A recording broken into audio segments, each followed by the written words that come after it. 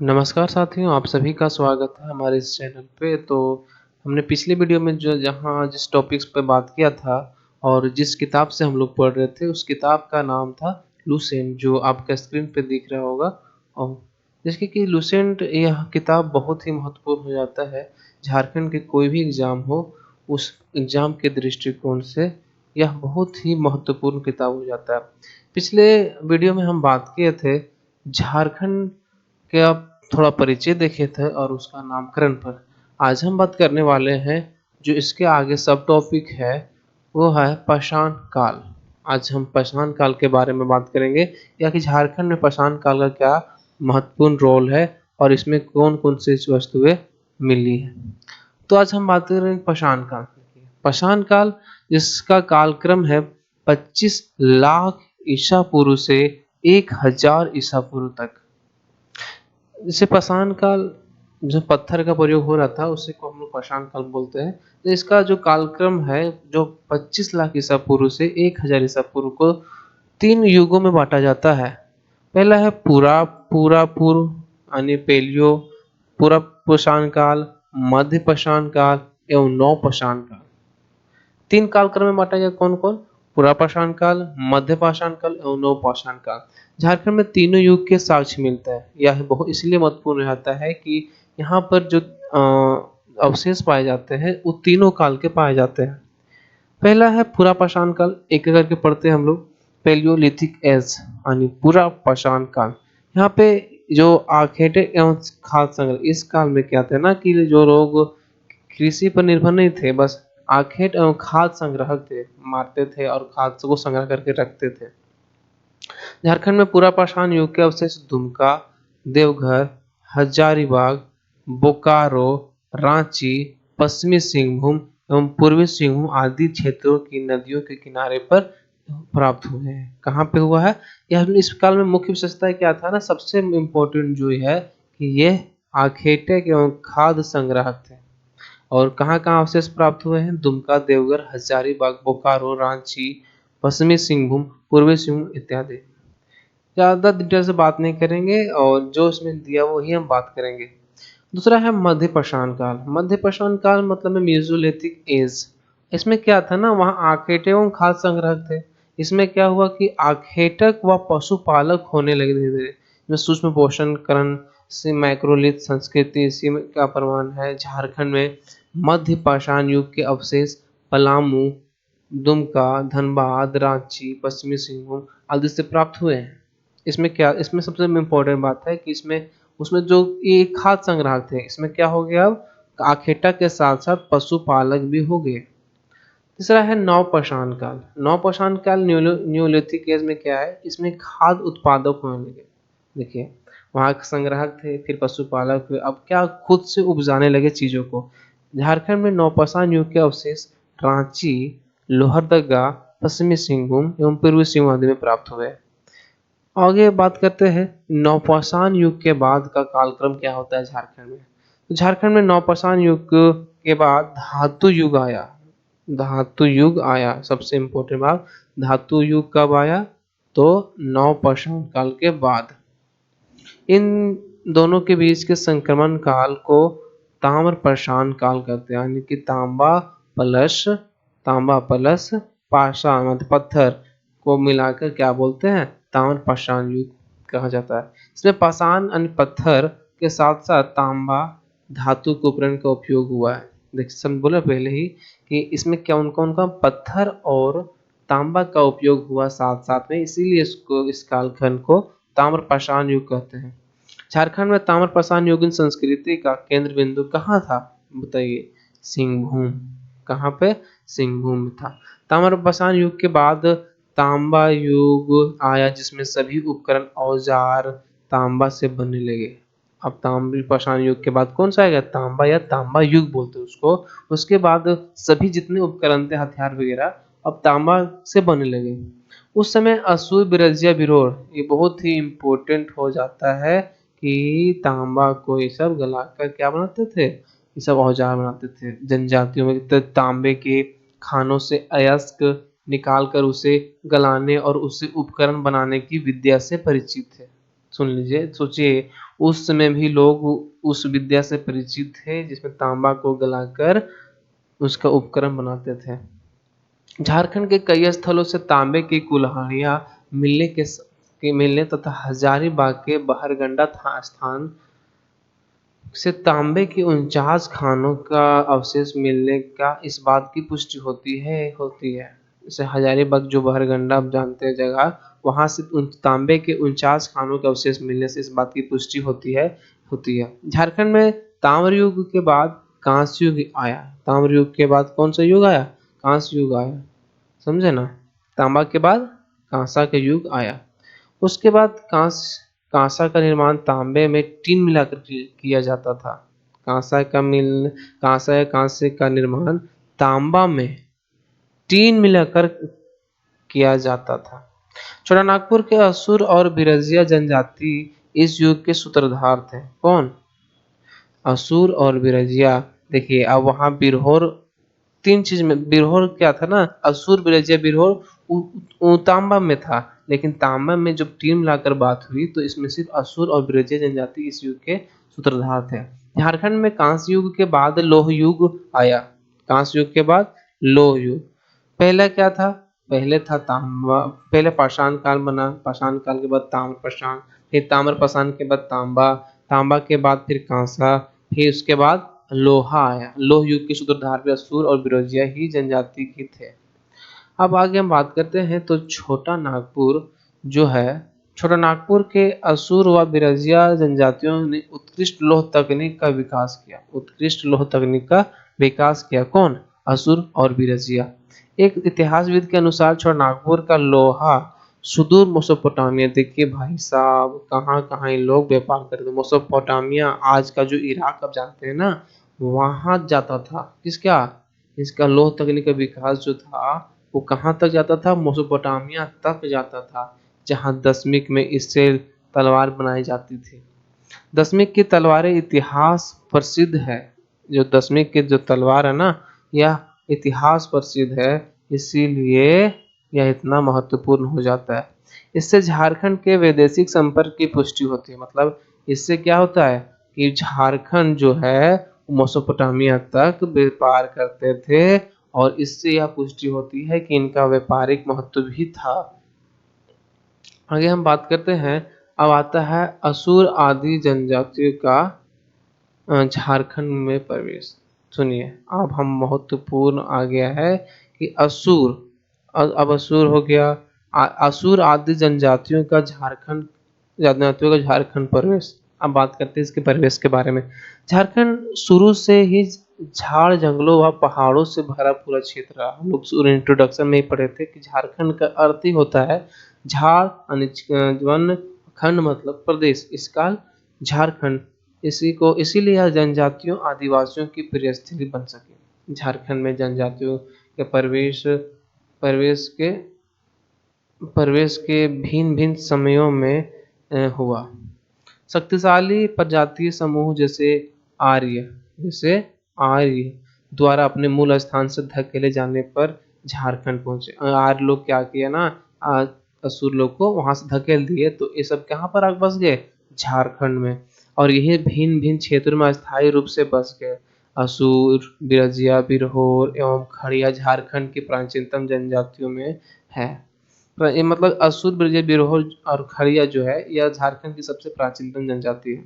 कहने का मतलब है इसमें असुर जो है वो सबसे प्राचीन है, सबसे प्राचीन जनजाति है। इसके बाद कोरवा जनजाति का झारखंड में आगमन हुआ। कब?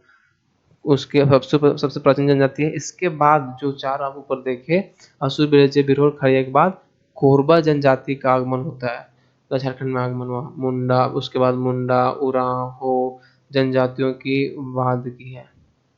1000 ईसा पूर्व तक चेरो, खरवारों व संथालों को छोड़कर झारखंड में उपलब्ध प्राय सभी जनजातियां छोटानागपुर क्षेत्र में बस चुकी थी। पूर्व मध्यकाल में चेरो व खरवार पलामू तथा संथाल हजारीबाग में आकर बसे। कौन? पहले अब क्या हुआ ना कि पूर्व मध्यकाल में कौन कौन बसे? चेरो, खरवार, पलामू हजारीबाग में आकर बसे। जबकि ब्रिटिश काल में संथाल परगना में आकर बसे। आगे हम बात करते हैं अब धार्मिक आंदोलन, थोड़ा देख लेते हैं हम लोग। धार्मिक आंदोलन, धार्मिक आंदोलन आप बात करते हैं झारखंड में। आखिर धार्मिक आंदोलन से भी जुड़े बहुत, आखिर धर्म है तो आंदोलन भी जरूर होगा। देखिए अब क्या हुआ।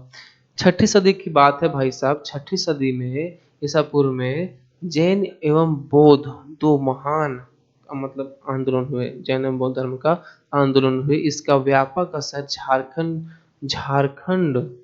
झारखंड पर भी अछूता ना रहा। सोचिए, ये पूरा भारत में थे ही, लेकिन झारखंड भी अछूता नहीं रहा। अब हम बात करते हैं जैन धर्म के बारे में। जैन धर्म का झारखंड पर गहरा प्रभाव पड़ा। जैनियों के 23वें तीर्थंकर पार्श्वनाथ का निर्माण 717 ईसा पूर्व में हुआ। निर्माण कब प्राप्त हुआ? पार्श्वनाथ जो थे उसी उन्हीं के नाम पर आप जानते होंगे, गिरिडीह में पारसनाथ की पहाड़ी का नाम पार्श इसी के इन्हीं के नाम पर पड़ा था। पर 717 ईस्वी में इनका निर्माण प्राप्त हुआ। गिरिडीह जिला के इसरी निकट एक पहाड़ पर हुआ, जिसका नाम उन्हीं के नाम पर पार्श्वनाथ पहाड़ पड़ा। यह पहाड़ जैनियों के प्रमुख तीर्थ स्थल के रूप में प्रसिद्ध है। छोटानागपुर का मानभूम, आज का धनबाद, जैन सभ्यता व संस्कृति का केंद्र था। कौन? आज का धनबाद। इस क्षेत्र में प्रमुख जैन स्थल थे पकबीरा, तुइसामा, देवली, पवनपुर, पलमा, अरसा, चर्रा, गोलमारा, बड़म, बलरामपुर, कर्रा, पर्रा, कतरा, ये सब जितने भी नाम सुन रहे हैं ना, यह सब जैन सभ्यता यानी जैन धर्म से कहीं ना कहीं किसी प्रकार से संबंधित थे। कंसाई और दामोदर नदी, कांसाई और दामोदर नदियों की घाटी से मिले जैन अवशेष। देखिए दो नदी कौन कौन? कसाई और दामोदर नदियों की घाटी से मिले जैन अवशेष जैन धर्म के प्रसार की पुष्टि करते हैं। पलामू के हनुमान गांव, पलामू के हनुमान गांव सतबरवा के जो निकट है पलामू में, जैनियों के कुछ पूजा स्थल भी मिले हैं। पूजा स्थल भी वहां से मिले हैं। सिंहभूम के आरंभिक निवासी जैन मतावलंबी थे, जिन्हें सरक कहा जाता था। असरक श्रावक शब्द का बिगड़ा हुआ रूप है। श्रावक गृहस्थ जैन मतावलंबी को कहा जाता था। देखिए सरक जो है ना, सरक, इस श्रावक शब्द का बिगड़ा हुआ रूप है, जिसका अर्थ होता है श्रावक गृहस्थ जैन मतावलंबी को कहा जाता है, जो घर में रहकर पालन मतलब मानते थे लोगों। बाद में हो जनजाति के लोगों ने इन्हें सिंहभूम से निकाल कर बाहर कर दिया, इसीलिए यह आंदोलन। सिंहभूम के जो वहाँ हो जनजाति थे, उन्होंने इस धर्म को वहां से बाहर निकाल दिया। अब हम बात करते हैं बौद्ध धर्म के बारे में। जैन धर्म को हम लोग जान गए, वहाँ के प्रमुख स्थल देखे, उसके फिर जो पार्श्वनाथ है उन्हीं के नाम पर, गिरिडीह में जो पारसनाथ पहाड़ी उन्हीं के नाम पर बना। अब हम बात करते हैं बौद्ध धर्म। बौद्ध धर्म झारखंड पर गहरा असर पड़ा। जहाँ बौद्ध धर्म का झारखंड पर गहरा असर पड़ा। झारखंड के विभिन्न स्थलों से बौद्ध धर्म संबंधी अवशेष मिले हैं। समझ रहे हैं ना कि झारखंड से भी बौद्ध धर्म के बहुत सारे अवशेष, जैसे कि आप जैन धर्म के बारे में पढ़ रहे थे, कहाँ से मिला है, कौन सा अवशेष मिला है, इसी तरह बौद्ध धर्म के भी यहाँ अवशेष मिले हैं। मूर्तिया गांव, वहाँ पलामू, यहाँ पलामू का कौन थी? मूर्तिया गांव। और जैन धर्म का हनुमान गांव। थोड़ा तुलनात्मक अध्ययन कीजिएगा तो अच्छा ही रहेगा। पर पलामू का मूर्तिया गांव से एक सिंह शीर्ष मिला है, जिससे ज्ञात होता है कि यहाँ भी बौद्ध धर्म का कुछ न कुछ अवशेष है। जो सांची स्तूप के द्वार पर उत्कीर्ण सिंह शीर्ष से मिलता जुलता। सोचिए भाई साहब, जो सांची में आप देखे जो मध्य प्रदेश में है, वहां पर सांची का स्तूप है, उसी से जो आगे सिंह शीर्ष द्वार था, उसी से मिलता जुलता मिला हुआ है। इसीलिए इसको यह मान लिया गया है कि बौद्ध धर्म से संबंधित था। करुआ ग्राम में एक बौद्ध स्तूप मिला है। आज का धनबाद जिला बौद्ध धर्म का एक महत्वपूर्ण केंद्र था। कौन? धनबाद जिला। धनबाद के दियापुर, दालमी अथवा बोधपुर में कई बौद्ध स्मारक मिले हैं, जिनमें क्या है, कौन कौन है, एक जिनमें बोधपुर, बुद्धेश्वर मंदिर उल्लेखनीय है। देखिए धनबाद में पूछेगा निम्नलिखित में से कौन धनबाद में जो बौद्ध धर्म के अवशेष पाए गए थे, तो यह ऑप्शन बुद्धेश्वर मंदिर कहाँ पे है? धनबाद में। यहाँ से बौद्ध धर्म के कौन इसमें उल्लेख मिलता है?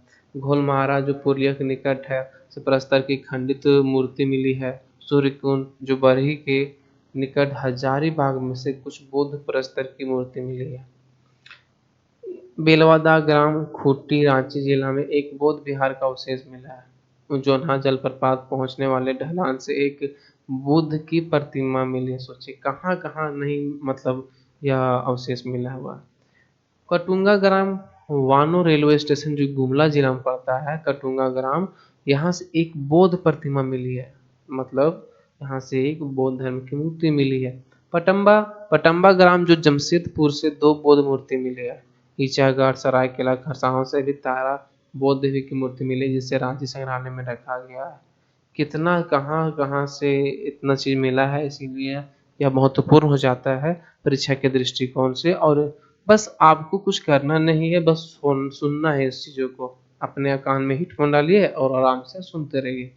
अब हम बात करते हैं, वो जब धार्मिक आंदोलन हो गया तो अब थोड़ा मौर्य काल के बारे में भी पढ़ रहे हैं कि झारखंड मौर्य काल से किस प्रकार संबंधित था। तो पहला हम बात करेंगे चंद्रगुप्त मौर्य का।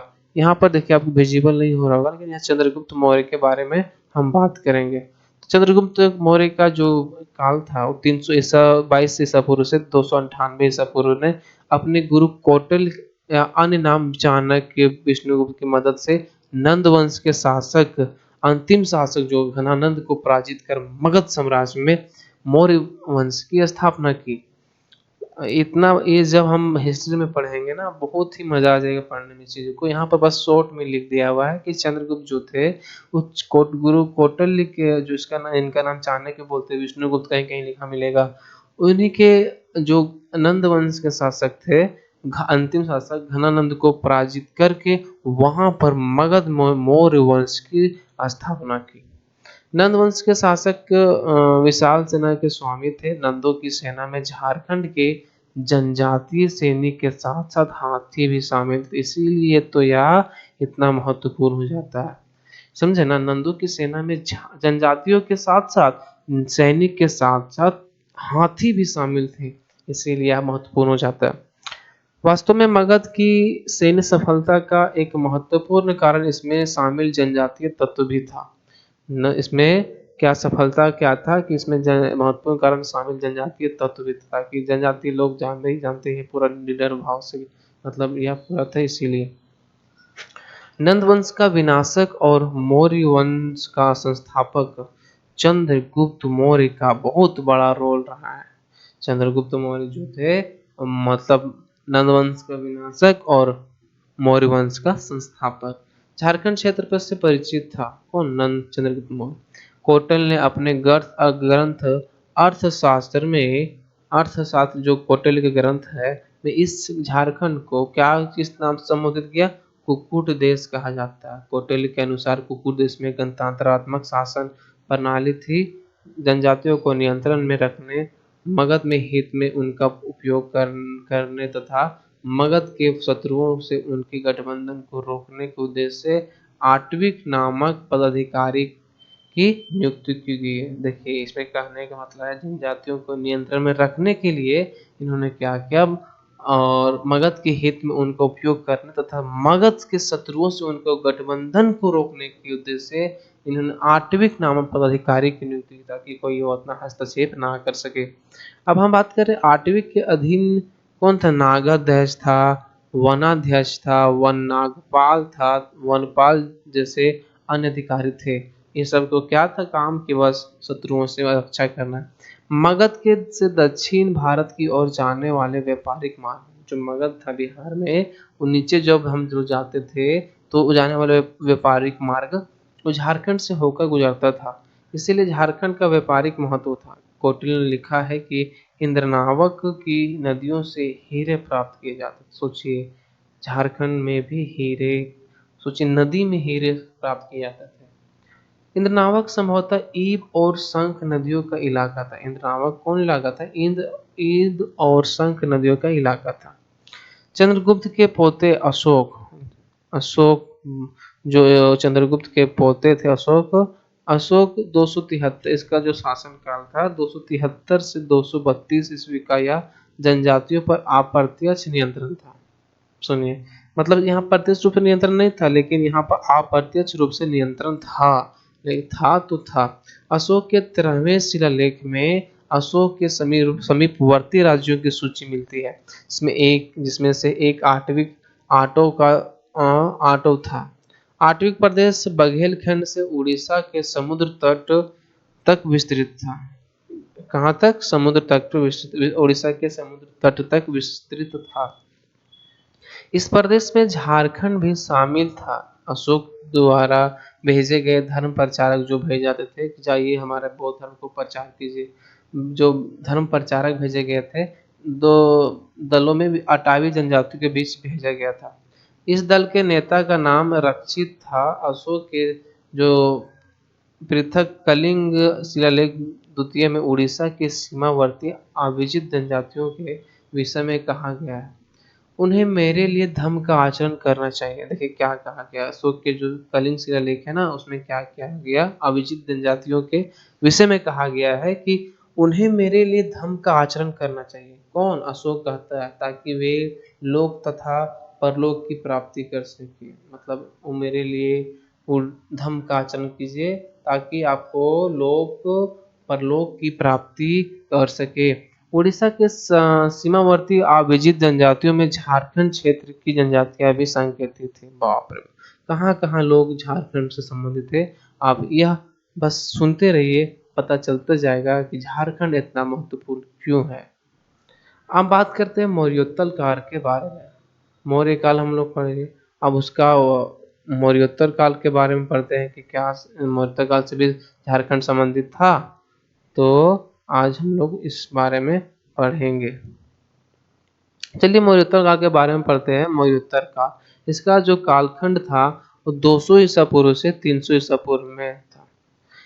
मौर्योत्तर काल में कई विदेशी आक्रांताओं ने मध्य एशिया होते हुए देश के उत्तर पश्चिम मार्गों से यहाँ आकर अपने राज्य स्थापित किए। सोच लीजिए, मध्य एशिया से होते हुए उत्तर पश्चिम मार्गों से यहाँ आकर अपने अपने राज्य स्थापित किए। इसके अलावा भारत का विदेशों से व्यापारिक संबंध था। झारखंड भी इससे अछूता ना रहा। झारखंड भी इससे अछूता, जब इसका व्यापारिक मेसोपोटामिया था उसी समय हुआ था जब सोचिए लोहा का जब प्रयोग होने लगा था या लोहा का खोज हुआ था, उसी समय से तो इसका व्यापारिक महत्व था। तो मौर्योत्तर काल में क्यों नहीं होगा। झारखंड में इनकी मौजूदगी के कुछ साक्ष्य मिले हैं। सिंहभूम के, जैसे कि सिंहभूम के रोमन सम्राट के सिक्के मिले हैं, जो झारखंड के वैदेशिक संपर्क व्यापारिक संपर्क दृष्टि पुष्टि करते हैं। देखिए, आखिर सिक्का मिलना मतलब व्यापार एक दूसरे के यहाँ होता था, इसीलिए वहां सिक्के का प्रमाण मिला। कहाँ से? सिंहभूम से। कौन सा सिक्का मिला है? रोमन सम्राट के सिक्के मिले हैं। इसी तरह चाईबासा से इंडो सिथिन सिक्के मिले हैं और हुए हैं। बिहार के कुषाण सम्राट कनिष्क का क्षत्रप वंशफर था। उसने पुलिंदों को बौद्ध धर्म में दीक्षित किया। कनिष्क के कुछ सिक्के रांची जिले से प्राप्त हुए हैं। इससे इस क्षेत्र के कनिष्क के नियंत्रणाधीन क्षेत्र होने की पुष्टि होती है। सोच लीजिए कौन कौन नियंत्रण पुष्टि होती है। आगे हम बात करते हैं मौर्योत्तर के काल के बाद गुप्त काल के बारे में बात करते हैं। गुप्त काल झारखंड से किस प्रकार संबंधित था। देखिए, कुषाणों के पतन के बाद, अब कुषाण का पतन हुआ तब क्या होगा। कुषाण के पतन के बाद प्रयाग व पाटलिपुत्र में शक्तिशाली गुप्तों का उदय हुआ। गुप्त वंश का सबसे महान शासक समुद्रगुप्त, जो 355 से 80 ईस्वी तक 355 से 80 ईस्वी तक समुद्रगुप्त के दरबारी कवि हरिसेन द्वारा रचित प्रयाग प्रशस्ति में समुद्रगुप्त की सामरिक विजयों का वर्णन मिलता है। किसके? कौन सा प्रयाग प्रशस्ति में? समुद्रगुप्त के जो दरबारी कवि हरिसेन थे, उनके प्रयाग प्रशस्ति में समुद्रगुप्त की सामरिक विजयों का वर्णन मिलता है। इन विजयों में से 8वीं विजय थी बघेलखंड से उड़ीसा के समुद्र तट तक फैले 8वीं प्रदेश में झारखंड क्षेत्र भी शामिल था। 8वीं प्रदेश में कौन था? झारखंड क्षेत्र भी शामिल था। समुद्रगुप्त ने 8वीं प्रदेश के शासकों को पराजित किया और उसके साथ पारिचक चरकीकृत नीति यानी भ्रातृ परिचारक के बनाने में नीति का पालन किया। इससे स्पष्ट होता है कि समुद्रगुप्त के शासनकाल में झारखंड क्षेत्र उसके अधीन था। समुद्रगुप्त के प्रयाग प्रशस्ति में छोटानागपुर को मुंड देश कहा गया। समुद्रगुप्त के प्रयाग प्रशस्ति में झारखंड को क्या कहा गया? तो मुरुंड देश कहा गया। गुप्त वंश के प्रसिद्ध शासक चंद्रगुप्त द्वितीय यानी जिसको विक्रमादित्य बोलते हैं 380 ईस्वी से 422 ईस्वी पूर्व के शासन उज्जैन से लेकर बंगाल तक विस्तृत था और इसमें झारखंड भी शामिल था। इसमें चंद्रगुप्त द्वितीय विक्रमादित्य के राज्यकाल में भारत आए चीनी यात्री कौन? फाहियान जो थे किसके शासन काल में आए थे? झारखंड। तो चंद्रगुप्त विक्रम द्वितीय के काल में आए थे। इन्होंने झारखंड को क्या कहा? तो इन्होंने झारखंड को कुकुर लाट के नाम से संबोधित किया। गुप्तकालीन पुरातात्विक अवशेषों में उल्लेखनीय है महुदी पहाड़ जो गुप्तकालीन अवशेष मिला है हजारीबाग जिला में। महुदी पहाड़ पर पत्थरों को काटकर बनाए गए चार मंदिर, सतगावा नामक गांव हजारीबाग जिला के आसपास के मंदिर, पिठोरिया रांची जो पिठोरिया कहाँ पे है? रांची उत्तर की ओर स्थित है। एक पहाड़ी पर एक स्थित कुआं आदि मिला है। सोचिए क्या क्या मतलब आप पूछेगा महोदी पहाड़ कहाँ पे है? तो हजारीबाग जिला में। इसमें क्या मिला था? तो गुप्तकालीन पुरातात्विक अवशेष का इसमें कुछ मिला हुआ जो पत्थरों को काटकर बनाया गया था। सतगावा नामक गांव हजारीबाग जिला में है के मंदिर है। पिठोरिया का जो रांची इसमें भी गुप्तकालीन से संबंधित है। अब हम बात करते हैं गुप्तोत्तर काल के बारे में हम बात करते हैं। गुप्तोत्तर काल जो हम इसका कालखंड रहा वो 550 से 650 ईस्वी में गोड़ जो पश्चिम बंगाल में पड़ता है, गोड़ का शासक कौन था? शशांक, जो 602 से 625 ईस्वी का एक प्रतापी शासक है। कौन? गोड़ शासक शशांक, जो कहाँ पड़ता है? गोड़, ये पड़ता है पश्चिम बंगाल में पड़ता है। उसके साम्राज्य में मिदनापुर जो पश्चिम बंगाल से लेकर सरगुजा छत्तीसगढ़ तक वन प्रांत शामिल था। कनिंघम ने बड़ा बाजार तथा हेविट ने दुलमी को उसकी राजधानी बताया। और शशांक एक कट्टर शैव शासक था। ये मतलब मत पूछिए शैव शासक इतना कट्टर समर्थन करता था कि बौद्ध सभी जो बौद्ध धर्म को भी सब उखड़वा दिए। जब शशांक का बंगाल, बिहार और उड़ीसा पर प्रभुत्व स्थापित हो गया तो उसने बौद्धों का उत्पीड़न शुरू कर दिया। सोचिए इतना कट्टर शासक था कि बौद्धों को भी उत्पीड़न शुरू कर दिया। पश्चिम की ओर हर्षवर्धन तथा पूर्व की ओर भास्कर वर्मन द्वारा दबाए जाने पर उसने अपनी राजधानी पुंडरावर्धन खाली कर दिया और दक्षिण बिहार में के पहाड़ी क्षेत्र में चला गया। जब उसकी शक्ति का केंद्र वारुणिका बनी, इसे इन दिनों बारून अथवा सोन ईस्ट बैंक कहा जाता है। अभी जो बारून सोन ईस्ट बैंक कहा जाता है। शैव धर्मावलंबी शशांक की मूर्ति भंजक उग्रता इतनी बढ़ी कि उसने झारखंड के सभी बौद्ध केंद्रों को नष्ट कर दिया। बाप रे, इतना कट्टर शासक था कि मत पूछिए। झारखंड जितने बौद्ध धर्म के केंद्र थे सभी को इन्होंने तोड़ फोड़ मरोड़ कर पूरा नष्ट कर दिया। इस तरह उसके प्रयासों से झारखंड में बौद्ध धर्मों की जगह हिंदू धर्म की प्रधानता स्थापित हो गई। 10वीं सदी तक झारखंड में हिंदू धर्म का प्रभुत्व पूर्ण रूप से स्थापित हो गया। कौन? 10वीं सदी तक मतलब हिंदू धर्म पूर्ण रूप से स्थापित हो गया। दुलमी, तेलकुपी, पकबीरा आदि स्थलों पर ब्राह्मणों द्वारा निर्मित मंदिरों के अवशेष इसकी पुष्टि होती है। कहाँ पे? दुलमी, तेलकुपी, पकबीरा में होती है। इन मंदिरों में अधिकांश मंदिर शैव के हैं। इतना प्रभुत्व इसका स्थापित हुआ कि इनका पर्सनली मंदिर का प्रमाण मिलता है। आगे हम बात करते हैं पूर्व मध्यकाल के बारे में। पूर्व मध्यकाल हर्षवर्धन की मृत्यु 647 ईस्वी से लेकर दिल्ली सल्तनत की स्थापना की कालावधि के पूर्व मध्यकाल का आता है। कहाँ से कहाँ तक? जब हर्षवर्धन की मृत्यु होगी उसके से लेकर दिल्ली सल्तनत की स्थापना से लेकर पीछे तक इसी के कालखंड को पूर्व मध्यकाल की संज्ञा दी जाती है। कि 1206 की कालावधि में पूर्व मध्यकाल कहा जाता है। 8वीं सदी ईस्वी के मध्य भारत में 3 कोनों में 3 शक्तिशाली साम्राज्यों का उदय हुआ। 3 कोनों में 3 शक्तिशाली थे। पूर्व में कौन? पूर्व में पाल, पश्चिम व उत्तर में से हम यहाँ पर थोड़ा सा ये हो गया east, west, north, west, south. पूर्व में कौन है? तो इसमें हो जाएगा पाल। अब उत्तर, पश्चिम एवं उत्तर, यहाँ ये दोनों पश्चिम उत्तर हो जाएगा। इसमें प्रतिहार था, प्रतिहार, और तथा दक्षिण में राष्ट्रकूट, राष्ट्रकूट, सोचिए राष्ट्रकूट। इस तरह से तीनों का मतलब उदय हुआ। 9वीं सदी के मध्य तक पाल साम्राज्य तथा 10वीं सदी ईस्वी के मध्य तक प्रतिहार व राष्ट्रकूट साम्राज्य अत्यंत प्रभावशाली रहे।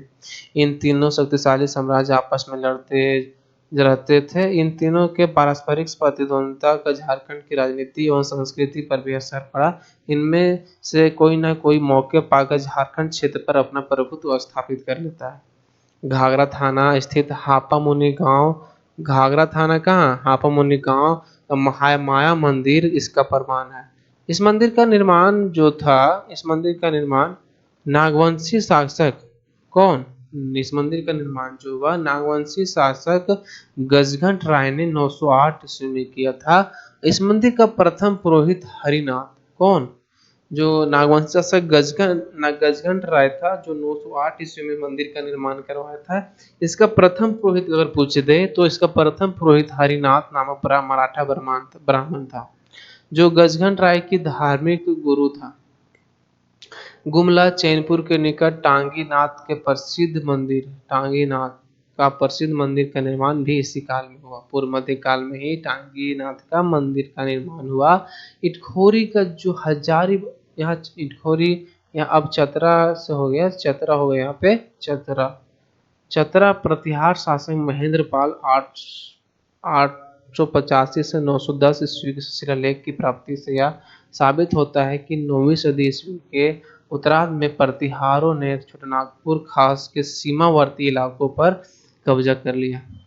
बंगाल के पाल शासकों ने बौद्ध धर्म के व्रजयान शाखा को संरक्षण प्रदान किया था, जिसके फलस्वरूप व्रजयान शाखा झारखंड क्षेत्र में फला फूला। इसकी प्रतिक्रिया में बौद्ध धर्म में भी तंत्र मार्ग प्रचार प्रसार बढ़ा। रजरप्पा का छिन्नमस्तिका शक्तिपीठ इस काल में स्थापना से इसकी पुष्टि होती है। छिन्नमस्तिका बौद्ध व्रजयोगिनी का ही हिंदू का प्रतिरूप है। देखिए वीडियो ज़्यादा लंबा हो जाए इसीलिए आज हम लोग यहीं तक पढ़ेंगे। हम लोग क्या क्या पढ़े उस थोड़ा सा हम लोग ओवरव्यू कर लेते हैं, ऊपर देख लेते हैं। देखिए हम लोग जो पढ़े रहे थे यहाँ पे पाषाण काल से हम लोग पढ़े थे। पाषाण काल में बहुत सारी चीज़ को हम लोग जाने थे और पढ़े थे। पाषाण काल, इसमें 3 काल में पाषाण काल को 3 भागों में बांटा गया है। कौन? पूरा पाषाण, मध्य पाषाण और नवपाषाण। पूरा पाषाण में क्या था? खाद्य एवं संग्राहक थे। मध्य पाषाण में आखेटक पशुपालक थे। देखिए किससे चेंज हो रहा है? नवपाषाण में खाद्य अब उत्पादक होने लगे। इसके बाद अब आया नवपाषाण युग के बाद आया तांबा पाषाण काल। उसके बाद यहाँ पे बहुत सारे साक्ष्य मिले। इसमें तांबा को गलाकर अशुभ विरोध सब क्या बनाते थे? तो औजार बनाते थे। इसी तरह मतलब थोड़ा रटने वाली चीज़ है और थोड़ा समझने वाली भी चीज़ है। अब बस कान में ईयरफोन डालिए और मस्त सुनिए। असुर आदि जनजातियों के यहाँ बहुत अब जब सब कुछ हो गया तो अब जनजातियों का प्रवेश होने लगा। उसके बाद हम लोग पढ़े धार्मिक आंदोलन, तो जैन धर्म, बौद्ध धर्म के बारे में हम लोग पढ़े। और फिर हम मौर्य काल के बारे में पढ़े, चंद्रगुप्त मौर्य के बारे में। उसके बाद मौर्योत्तर काल के बारे में पढ़े, फिर गुप्त काल के बारे में पढ़े। उसके बाद हम लोग पढ़े गुप्तोत्तर काल के बारे में पढ़े, फिर पूर्व मध्य काल के बारे में पढ़े। अब जो ज़्यादा वीडियो इसलिए लंबा नहीं कर रहे हैं ताकि आप लोग को देखते देखते बोरिंग फील हो, इसीलिए पार्ट बाय पार्ट करके अगला पार्ट में अब यहाँ से हम क्षेत्रीय राजवंश के बारे में पढ़ेंगे। मतलब क्षेत्रीय, इसमें कौन कौन से क्षेत्रीय राजवंश का उदय हुआ, इसके बारे में हम आगे की वीडियो में बात करेंगे और बहुत ही इम्पोर्टेंट होगा परीक्षा की दृष्टि से। तब तक बने रहिएगा। धन्यवाद और बहुत बहुत आभार।